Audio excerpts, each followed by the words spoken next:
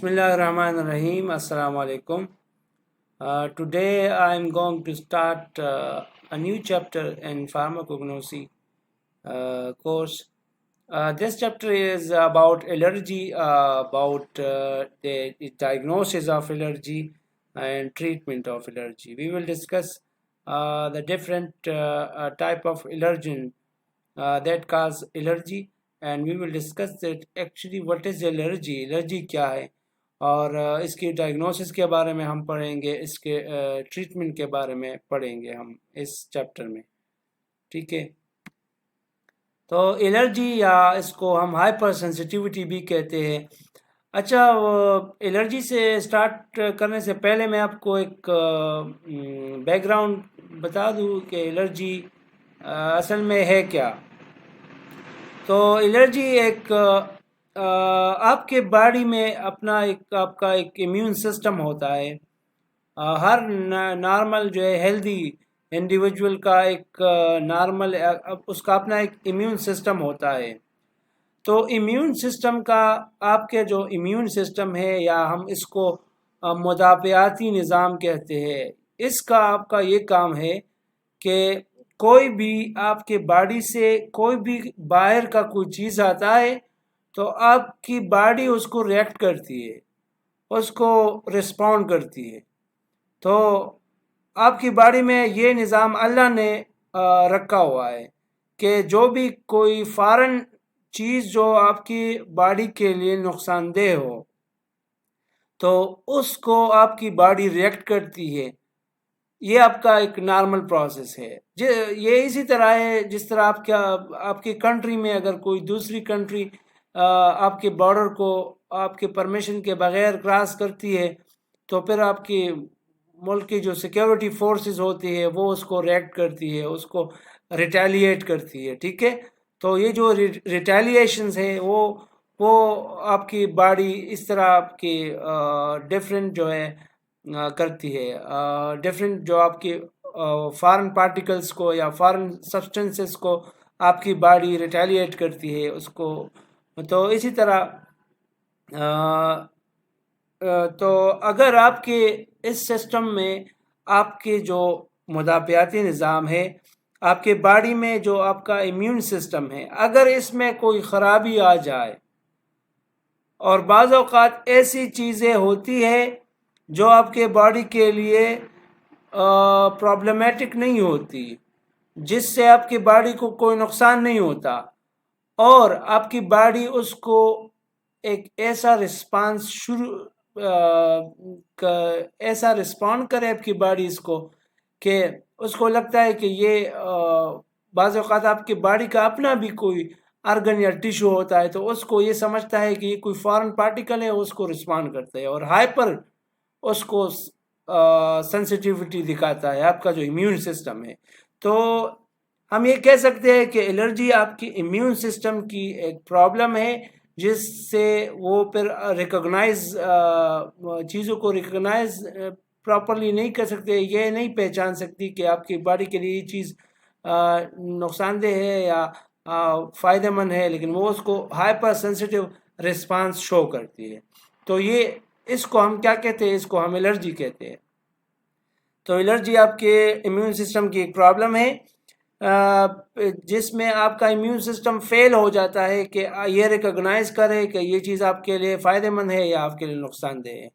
और normal individuals के लिए वो चीज़ कोई नुकसानदेह नहीं होती, लेकिन आपकी इम्यून सिस्टम में कोई ख़राबी आ जाती है और उस ख़राबी की वजह से फिर आपकी बॉडी उसको रिकॉग्नाइज नहीं करती है। ठीक है, तो ये इसको हम एलर्जी कहते हैं।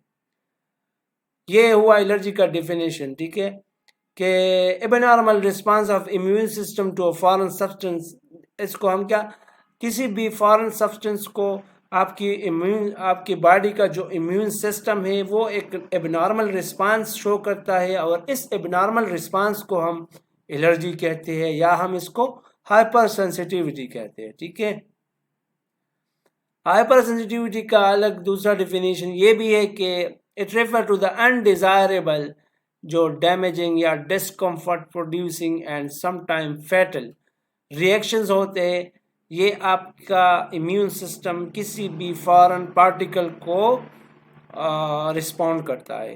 तो इस हाइपर सेंसिटिव रिस्पांस को हम हाइपर सेंसिटिविटी या एलर्जी कहते हैं। ठीक है, एलर्जी में सिम्टम्स आपको स्वेलिंग ऑफ द नेजल, आपका जो नेजल म्यूकोजा है वो स्वेल हो जाता है उसकी। ठीक है, और redness and itching of the conjunctiva, आपका जो है कंजक्टिवा है आई का, वो जो है उसका वो रेडनेस उसका होता है, सुर्ख पड़ जाता है या फिर उसकी इचिंग होती है। ठीक है, रैशेस आपके बॉडी पर आते हैं, इस तरह इज़ीमा एंड हाइव्स आपके बॉडी पर आते हैं, स्नीजिंग आपको होती है, कफिंग होती है, ब्रांको कंस्ट्रक्शंस आपको होती है इसके साथ, और वीजिंग आपके साथ, डिसप्निया होता है, अस्थमा आपके साथ या है फीवर, ये सारे सिम्टम्स होते हैं एलर्जी के साथ आपके। ठीक है,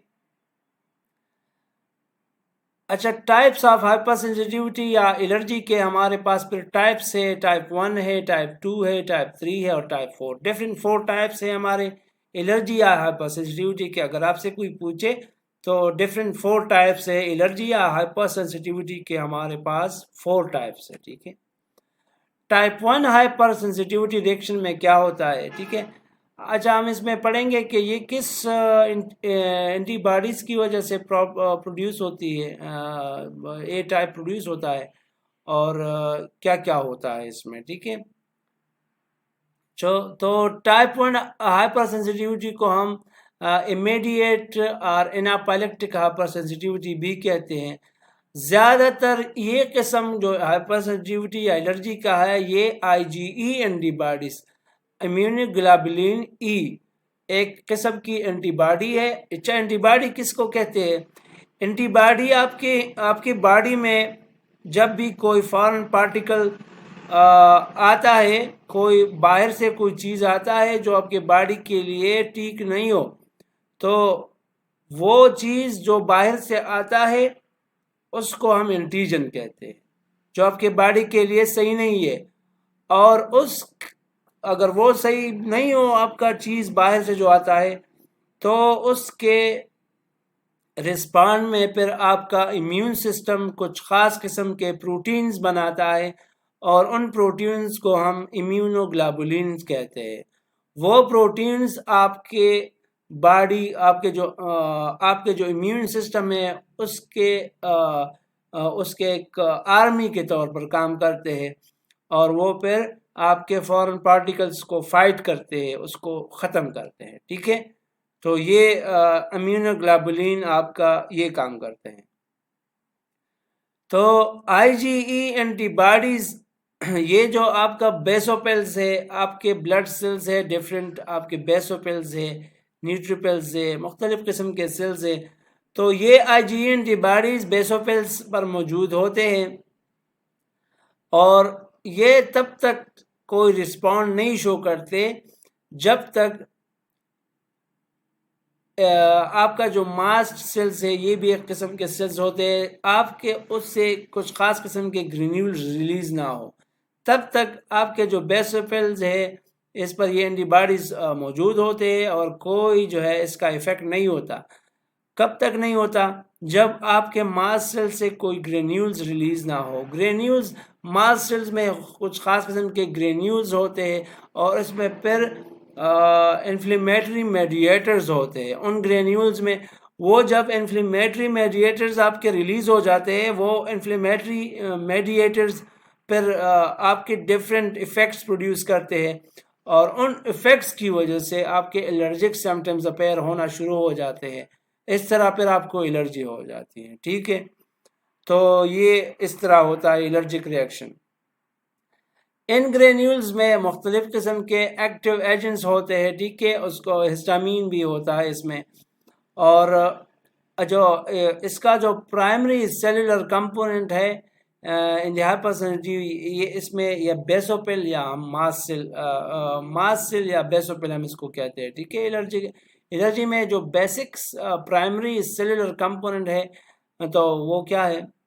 वो मास्ट सेल है या बेसोफिल है। बेसोफिल या मास्ट सेल में आपके क्या होता है, आपके ग्रेन्यूल्स होते हैं, वो ग्रेन्यूल्स जब रिलीज होते हैं फिर वो उससे फिर जो है एलर्जिक मेडिएटर्स जो आपके इन्फ्लेमेटरी मेडिएटर रिलीज होते हैं और वो आपके एलर्जिक रिएक्शंस स्टार्ट करते हैं। The stimulated mast cells will release histamine। अच्छा, ये मैंने कहा आपको कि स्टिमुलेटेड जो मास्ट सेल्स है वो फिर रिलीज करते हैं हिस्टामिन को और वो फिर आगे आपका एलर्जी जो है इनिशिएट करता है। अच्छा, ये जो रिएक्शंस है ये आपके स्किन पर भी हो सकते हैं, ये आपके आइज पर भी रिएक्शंस होते हैं, ये नेजोपेरिंग्स जो रीजन है आपका, ठीक है, उस पर भी हो सकती है, या ब्रांकोपल्मोनरी जो आपका रीजन है। ये डिफरेंट टर्म्स है, ये अपने के फिजियोलॉजी में पढ़े होंगे, तो मैं आपको हर एक टर्म के टाइम की वजह से आपको ये नहीं शेयर कर सकते, सारे एक्सप्लेन कर सकते हैं, तो आपने फिजियोलॉजी में ये सारे टर्म जो है पढ़े होंगे।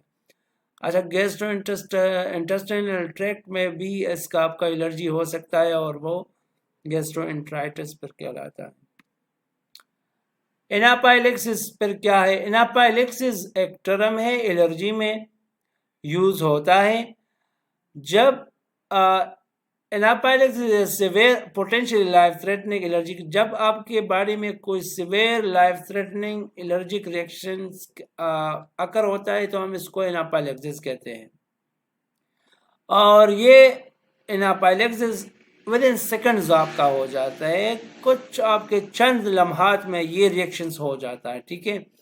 और ज़्यादातर एनाफाइलेक्सिस जो है ये ड्रग्स की वजह से भी हो सकता है, या आपके इंसेक्ट्स आपके बाइट करता है उसकी वजह से भी हो सकता है, और फूड्स की वजह से भी होता है। एक में उसमें आता है सी फूड और नट्स भी उसमें आते हैं, तो इस तरह ये होता है। सिस्टेमिक एनाफाइलेक्सिस वो होता है, ये एनाफाइलेक्सिस है और सिस्टेमिक एनाफाइलेक्सिस है।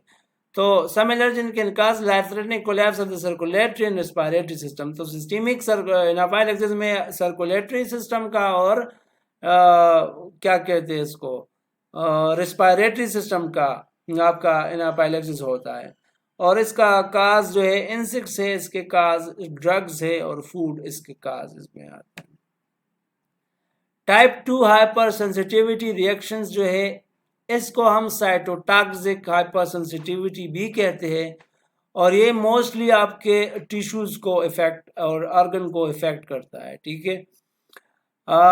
ये किस्म का ये जो हाइपर सेंसिटिविटी या एलर्जी का किस्म है, ये आपके आईजीएम इम्यूनोग्लोबुलिन एम और इम्यूनोग्लोबुलिन जी की वजह से आपका ये मीडिएट होता है, एंटीबॉडीज की वजह से, सही है। तो ये होता है इस तरह, सही है। और इसके अलावा दूसरा क्या कहते हैं हम इसको, अच्छा ये मैं पॉइंटर थोड़ा शेयर कर लूँ इसमें, सही है। तो ज़्यादातर ये जो टाइप 2 जो हाइपर सेंसिटिविटी रिएक्शन है ये ज़्यादातर एंडोजीनियस होता है। एंडोजीनियस से मुराद ये है कि आपके बॉडी के अपने कुछ केमिकल्स को आपकी बॉडी जो है वो रिस्पॉन्ड करती है, वो रिएक्ट करती है, और अपने बॉडी के कुछ टिश्यूज़ को वो रिएक्ट करती है। तो ज़्यादातर जो है आपके काजेज जो है एंटीजेंस जो है उसके एंडोजीनियस होते हैं, ठीक है। और hypersensitivity result from the binding of the antibody to normal और altered cell surface antigen that lead to phagocytosis of the cell and lysis of the cell, ठीक है। हाइपर सेंसिटिविटी रिएक्शन में क्या होता है, एक इसमें एलर्जन होता है, ये एक इसमें एंटीबॉडी होता है। एलर्जन जो है आपका एंटीजन होता है और एंटीबॉडी आपका प्रोटीन्स इम्यूनोग्लोबुलिन होता है। वो जब भी रिएक्ट करते हैं तो कोई जो भी रिएक्शंस होता है तो उसके असरात होते हैं।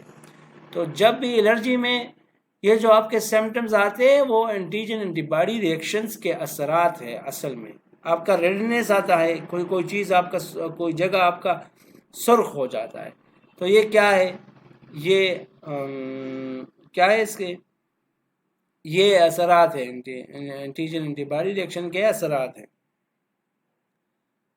सही है। तो अच्छा, इसके एग्जांपल क्या है? Haemolytic disease of the new burn और माइस्थीनिया ग्रेविस इसके एग्जांपल है, टाइप 2 हाइपर सेंसिटिविटी के। अच्छा, लोकल एनाफाइलेक्सिस, ये हमारे एनाफाइलेक्सिस का स्लाइड है, लेकिन हम से ये आप एनाफाइलेक्सिस के साथ काउंट कर रहे, ठीक है। अच्छा, तो लोकल एनाफाइलेक्सिस, लोकल एनाफाइलेक्सिस, ये एनाफाइलेक्सिस जो मैंने अभी पढ़ा, ये इसमें ये एनाफाइलेक्सिस, ये एक सिस्टेमिक एनाफाइलेक्सिस है, अभी ये लोकल एनाफाइलेक्सिस, ठीक है। तो ये स्लाइड जो है, अभी मैंने टाइप 2 के बारे में पढ़ा है, टाइप 2 और पॉजिटिविटी को मैं थोड़ा पास करके अभी लोकल एनाफाइलेक्सिस के बारे में पढ़ता हूँ। फिर ये टाइप 2 के जो है टाइप्स है, hemolytic disease of the newborn और माइस्थीनिया ग्रेविस, ये टाइप 2 के एग्जाम्पल्स हैं। तो मैं इसको बाद में पढ़ता हूँ। लोकल एनाफाइलेक्सिस ये सैंपल है। आपने सिस्टेमिक एनाफाइलेक्सिस पढ़ा, आपने देखा कि सिस्टेमिक एनाफाइलेक्सिस में आपका सर्कुलेटरी कोलैप्स और आपका रेस्पिरेटरी कोलैप्स होता है। लोकल एनाफाइलेक्सिस में आपका एक सराउंडिंग टिश्यू उसकी स्वेलिंग या उसका रेडनेस या उसका इचिंग होता है। और एलर्जिक राइनाइटिस आपका एग्जांपल है, आपका जब एलर्जी होती है, राइनोरिया आपको होता है, तो ये लोकल एनाफाइलेक्सिस है। और ये आईजी एंटीबॉडीज इसमें इन्वॉल्व है, ये सारा जो प्रोसेस है, मैकेनिज्म है, हम मैकेनिज्म के आगे पढ़ेंगे, एलर्जी के मैकेनिज्म के बारे में फिर हम आगे पढ़ेंगे, ठीक है। ब्रोंकियल अस्थमा इसका एग्जांपल है, किस तरह ये होता है, ब्रोंको कंस्ट्रक्शंस होती है उसमें, और फिर ब्रोंकियल अस्थमा होता है। हाइव्स जो है, ये भी अर्टिकेरिया, या इसको फिजिशियंस अर्टिकेरिया या हाइव्स हम कहते हैं। और अच्छा, ज़्यादातर इसमें जो एलर्जी जो है फूड के थ्रू बॉडी को एंटर होते हैं इस टाइप हाइव्स में। Hemolytic disease of the newborn, ये टाइप 2 हाइपरसेंसिटिविटी का एग्जांपल है, ठीक है। आरएच डिजीज, अच्छा, हेमोलाइटिक डिजीज में इस तरह होता है कि आपका आपका जो ये न्यूबॉर्न में जो है, आपके न्यूबॉर्न जो बच्चे पैदा होते हैं, ये प्रॉब्लम उन लोगों में हो सकती है। बाज़ औक़ात इस तरह होता है कि आपका बेबी जब आपके यूट्रस में होता है, तो उसका ब्लड जो है प्लेसेंटा के थ्रू उस उनके जो ब्लड है वो एक्सचेंज होता है। अपने बच्चे का जो ब्लड होता है वो अपनी माँ का जो ब्लड है उसके साथ एक्सचेंज हो जाता है। तो बाज़ औक़ात उसके क्या कहते हो, उसके बच्चे का जो ब्लड ग्रुप है वो बाप के ब्लड ग्रुप जैसा होता है। मिसाल के तौर पर अगर बाप का ब्लड ग्रुप जो है ए है, तो वो ए ब्लड ग्रुप जो है फिर आपके उसके माँ के लिए फिर क्या होता है, वो एंटीजन के तौर पर होता है। तो फिर उसको एज रिस्पॉन्स जो है क्या होता है, एक एलर्जिक रिएक्शंस होता है, और आपके जो बच्चा है उसकी डेथ हो सकती है, ठीक है। तो जब आपके कोई प्लेसेंटा के थ्रू जब फीडिंग होती है बच्चे के सारे जो होता है, तो बाज़ औक़ात आपका कोई ब्लड जो है वो एक्सचेंज होता है, बच्चे का और माँ का ब्लड एक्सचेंज होता है। तो अगर बच्चे का ब्लड ग्रुप डिफरेंट है माँ के ब्लड ग्रुप से, ठीक है, तो उसकी वजह से फिर एलर्जिक रिएक्शंस हो सकता है और आपके बच्चे की फिर डेथ हो सकती है। फर्स्ट टाइम अगर एक्सपोजर हो, इस तरह एक्सचेंज ब्लड में हो, तो उस फर्स्ट टाइम एलर्जिक रिएक्शंस नहीं होता। जब भी एलर्जी होती है तो फर्स्ट टाइम प्राइमरी एक्सपोजर पे कोई एलर्जिक रिएक्शन नहीं होता है, लेकिन अगर सब्सिक्वेंट फिर कोई दूसरा आता है चाइल्ड, तो फिर उसको प्रॉब्लम होगी और उसकी डेथ हो सकती है। अगर इस तरह फिर वो एक्सपोज हो, तो आपकी माँ का जो ब्लड है उसमें ऑलरेडी से एंटीबॉडीज़ प्रोड्यूस हो जाते हैं, और बाद में अगर इस तरह का एक्सचेंज होता है ब्लड का दूसरे बच्चे के लिए, फिर वो ख़तरा होता है, उसकी डेथ हो सकती है। तो ये होता है इस तरह। ये टाइप 2 हाइपर सेंसिटिविटी का एग्जाम्पल है। माइस्थीनिया ग्रेवस में क्या होता है, ये भी ऑटो इम्यून डिजीज है माइस्थीनिया ग्रेवस में, और आपके मसल्स की वीकनेसेस होती है इसमें, ठीक है, आपके जो मसल्स है उसकी वीकनेसेस होती है। ये आपका जो एसिटाइल कोलिन रिसेप्टर्स है, एंटीबॉडीज आपके एसिटाइल कोलिन रिसेप्टर पर अटैक करते हैं, ठीक है, इस किस्म में, इस डिजीज में। As the number of the receptor decline, the ACH released with the arrival of the value of the nerve impulse is inadequate to generate input of the normal. अयजात जो, तो अगर वो ना हो, आपके रिसेप्टर की डेंसिटी कम हो जाए एसिटाइल कोलिन की, तो फिर उस वो एंड प्लेट पोटेंशियल जो है वो सब्सिक्वेंट या थ्रेशोल्ड तक नहीं पहुंचेगा, और आपकी जो है मस्कुलर एक्टिविटी को पर असर पड़ेगा, ठीक है। So after repeated stimulation, the end plate potentials fail to reach the threshold needed to generate an action potential, the muscle stop responding, ठीक है। तो अगर वो आपके रिसेप्टर्स कम पड़ जाए और एंड प्लेट जो है पोटेंशियल से आपका वो जनरेट नहीं होता है, तो आप उसकी वजह से आपका एक्शन पोटेंशियल नहीं जनरेट होगा, और एक्शन पोटेंशियल नहीं जनरेट होता है तो फिर आपके मसल्स जो है रिस्पॉन्ड करना छोड़ देंगे। टाइप 3 हाइपर सेंसिटिविटी जो है ये ज़्यादातर जो है आईजीजी क्लास या आईजीएम से भी बाज़ औक़ात ये इसमें इन्वॉल्व हो सकता है, और it involves circulating antigen antibody immune complexes that are deposited in organ activate complement and cause inflammatory damage। ज़्यादातर जो है ये सर्कुलेटिंग, इस टाइप ऑफ हाइपरसेंसिटिविटी जो है, ये इस किस्म का जो हाइपरसेंसिटिविटी है, इसमें एंटीजन एंटीबॉडी इम्यून कम्प्लेक्स जो है ये सर्कुलेट करते हैं ब्लड में, ठीक है, और फिर ये डिपॉजिट हो जाते हैं ऑर्गन्स में, वहाँ पर कम्प्लीमेंट सिस्टम को एक्टिवेट करते हैं, और कम्प्लीमेंट सिस्टम एक्टिवेट करने के बाद इसकी वजह से जो है डिफरेंट इन्फ्लेमेटरी सिम्टम्स है आपके पैर होना शुरू हो जाते हैं। एग्जाम्पल इसकी टाइप 3 हाइपरसेंसिटिविटी के एग्जाम्पल जो है, इसमें सीरम सिकनेस है, और सिस्टेमिक लूपस एरिथेमेटोसिस जो है इसका एग्जाम्पल है, ठीक है। तो सीरम सिकनेस में क्या होता है, serum sickness is an immune complex mediated hypersensitivity reaction that classically presents with fever, hives, rash, polyarthritis और polyarthralgias and protein in the urine, ठीक है, प्रोटीनोरिया होता है इसमें। ये एक immune complex mediated hyper sensitivity reaction है, ठीक है, और इसमें आपका फीवर होता है, हाइव्स, रेश आपकी बॉडी पर आता है, पॉली अर्थराइटिस आपके डिफरेंट जो है अर्थराइटिस जॉइंट्स में होता है, इस तरह पॉली अर्थराल्जियाज भी होते हैं, ठीक है, और प्रोटीनोरिया आपकी यूरिन में प्रोटीन्स भी का कंसंट्रेशन भी ज़्यादा होता है इसमें। Serum sickness is cause by the many proteins present in the antiserum, ज़्यादातर जो है एंटीसीरम में आपका ज़्यादा प्रोटीन की वजह से आपका ये काज होता है ये प्रॉब्लम, और being foreign to the recipient an active immunity develops against these proteins, ठीक है। तो चूँकि ये जो आपके ज़्यादा एंटीसीरम में आपका प्रोटीन का क्वांटिटी आपकी ज़्यादा हो, तो वो फिर एक एंटीजन के तौर पर आपकी बॉडी उसको रिस्पॉन्ड करती है, और फिर आपका रिएक्शन शुरू होता है इसके खिलाफ।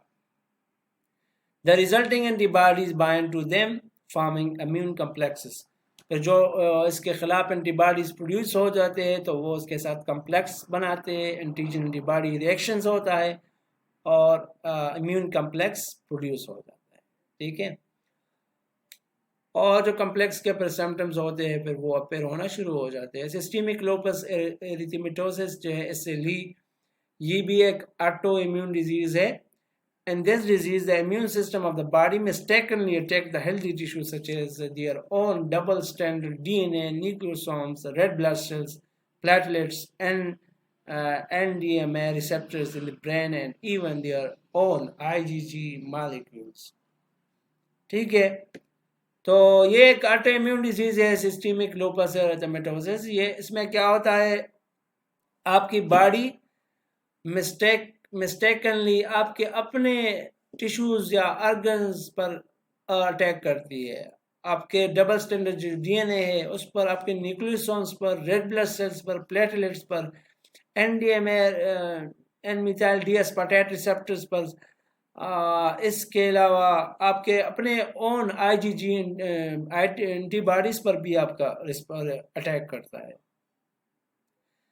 In all these cases of autoimmunity, immune complexes form and are deposited in the skin, joints and kidney where they initiate inflammation.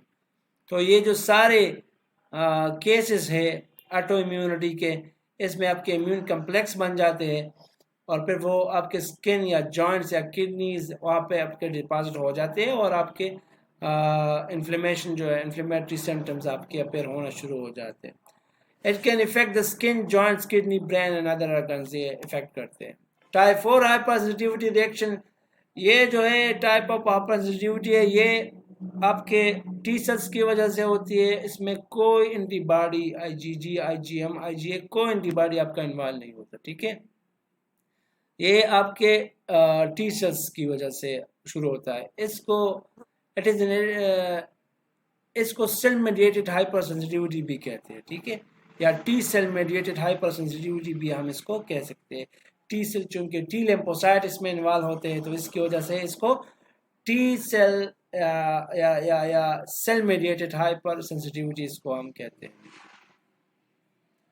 It is initiated by specifically sensitized T lymphocytes which respond to an antigen by producing and releasing certain lymphokines, and they recruit, retain, and activate macrophages to destroy the antigen, which result in inflammation.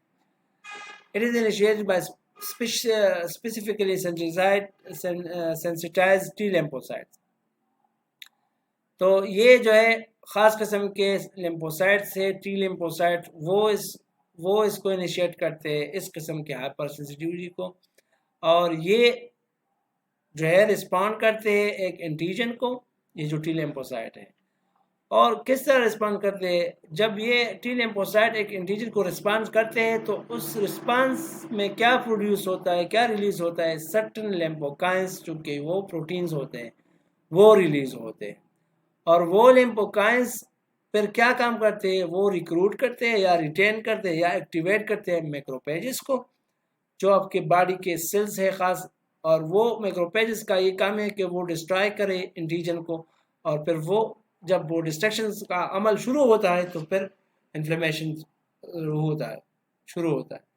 जब भी आपको पता है कोई fight होती है तो वहाँ पे खून खराबा तो होता है ना, तो इस तरह आपके बॉडी में कोई माइक्रोफेज जो है आपका, मिसाल के तौर पर आपका एक सिक्योरिटी फोर्स है, वो अगर किसी फॉरेन पार्टिकल्स या कोई फॉरेन आर्मी के किसी फॉरेन को रिस्पॉन्ड करता है तो उसके सिम्टम्स जो है, उसके असरात तो होंगे ना, तो वो असरात में फिर आपका इन्फ्लेमेशन होता है, ब्लडिंग और ये सारी चीज़ें जिस तरह आपके नॉर्मल प्रोसेस में होती है, तो इस तरह इन्फ्लेमेशन में आपकी रेडनेस और स्वेलिंग और ये सारी चीज़ें फिर होती है, ठीक है।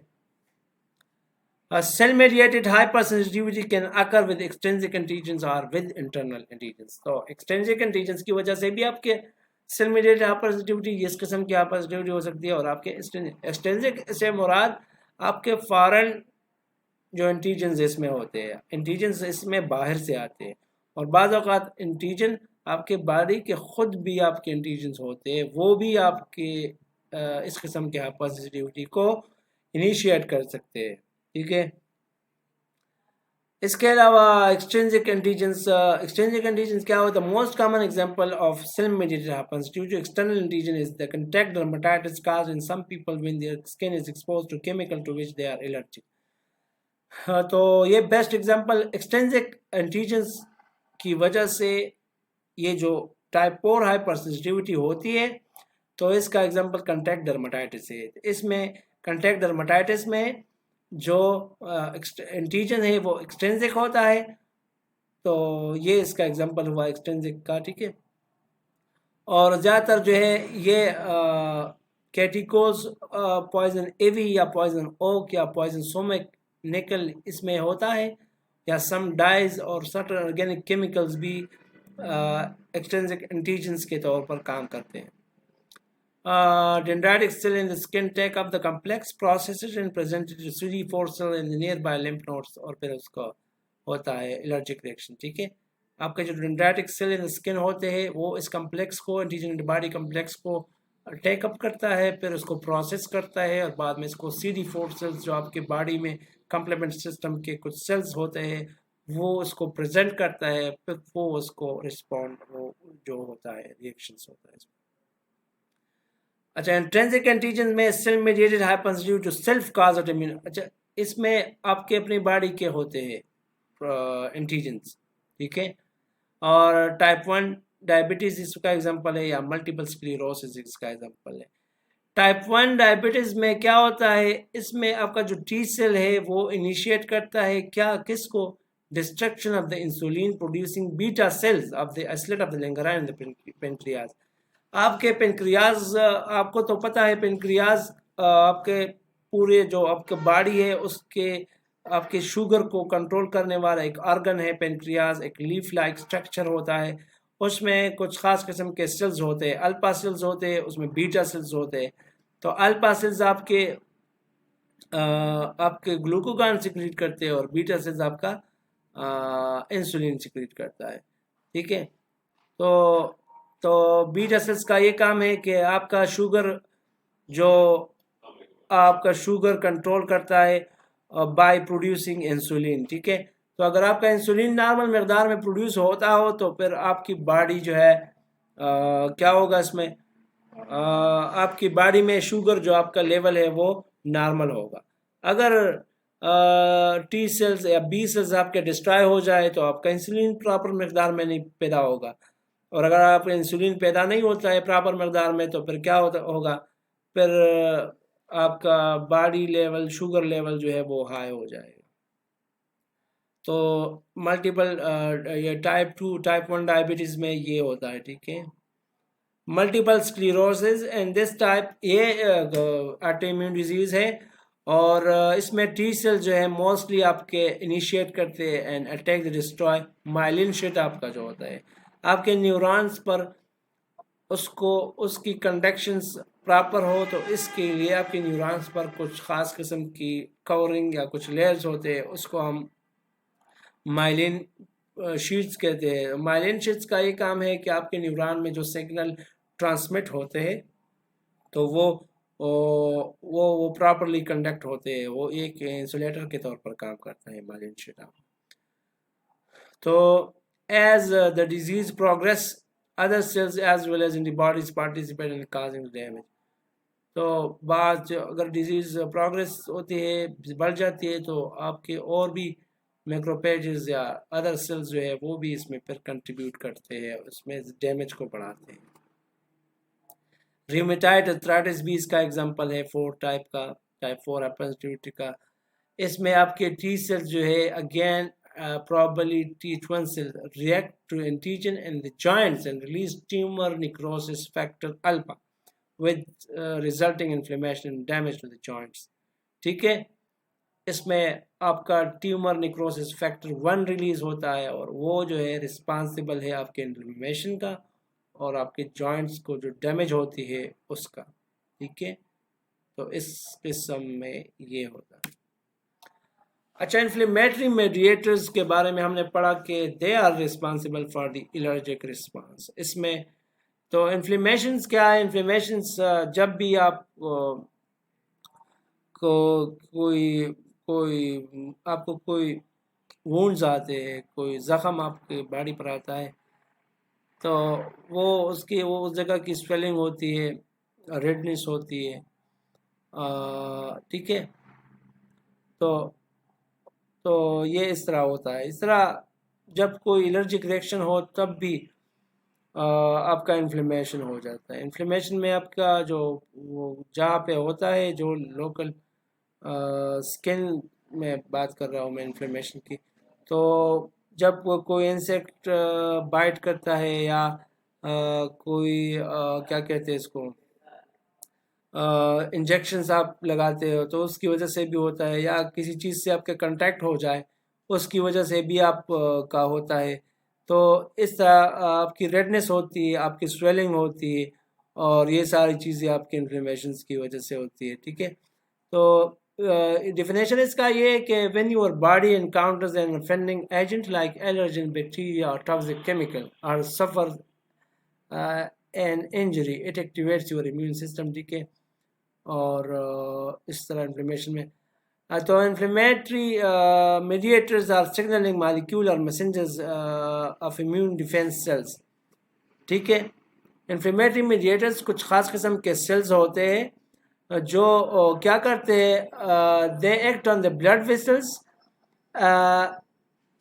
To promote inflammatory response. तो ये जो सारा काम करते हैं रेडनेस का, स्वेलिंग का, या उस एरिया, वो जो एरिया होता है उसका उसका जो है उसके जो सिम्टम्स है, रेडनेस, स्वेलिंग, और ये उसका हीट भी, टेम्परेचर भी रेस करता है, ये सारे आपके इन्फ्लेमेटरी मीडिएटर्स करते हैं। तो जब इन्फ्लेमेशन होता है तो ये सारे मीडिएटर्स रिलीज होते हैं, ये जो नीचे है, histamine, bradykinin, prostaglandin, interleukin 1, interleukin 2, thromboxane, leukotriene, ये सारे रिलीज होते हैं तो आपके सारे एलर्जिक सिम्टम्स पर हो जाते हैं प्रोड्यूस इसके साथ। एंटीजन हमने पढ़ा है पहले से, antigen any foreign substance to a body is called as antigen. जो भी कोई फॉरेन चीज़ आता है आपकी बॉडी को, तो आपकी बॉडी का नहीं है, तो आपकी बॉडी उसको रिस्पॉन्ड करती है और उस चीज़ को हम एंटीजन कहते हैं। Antigen are molecule capable stimulating an immune response.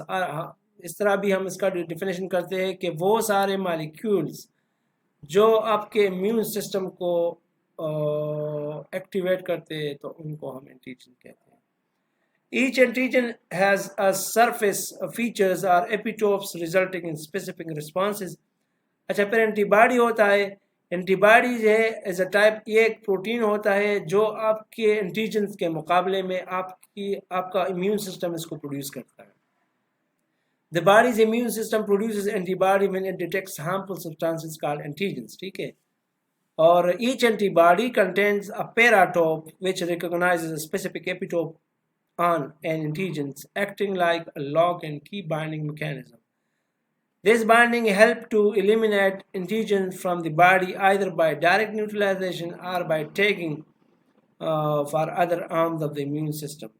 ठीक है, तो ये जब बाइंड कर जाते हैं तो फिर वो एंटीजन एंटीबॉडी रिएक्शन होता है और फिर वो न्यूट्रलाइजेशन रिएक्शन होती है, और इस तरह फिर वो ख़त्म हो जाती है सारी चीज़ें, एंटीजन्स फिनिश होता है एंटीजन एंटीबॉडी क्रिएशन की वजह से, पैगोसाइटोसिस होता है और ये सारे प्रॉब्लम, ये प्रोसेस होता है। एलर्जन भी, एलर्जन एक एंटीजन का एक किस्म है। ठीक है, तो a substance that can cause an allergy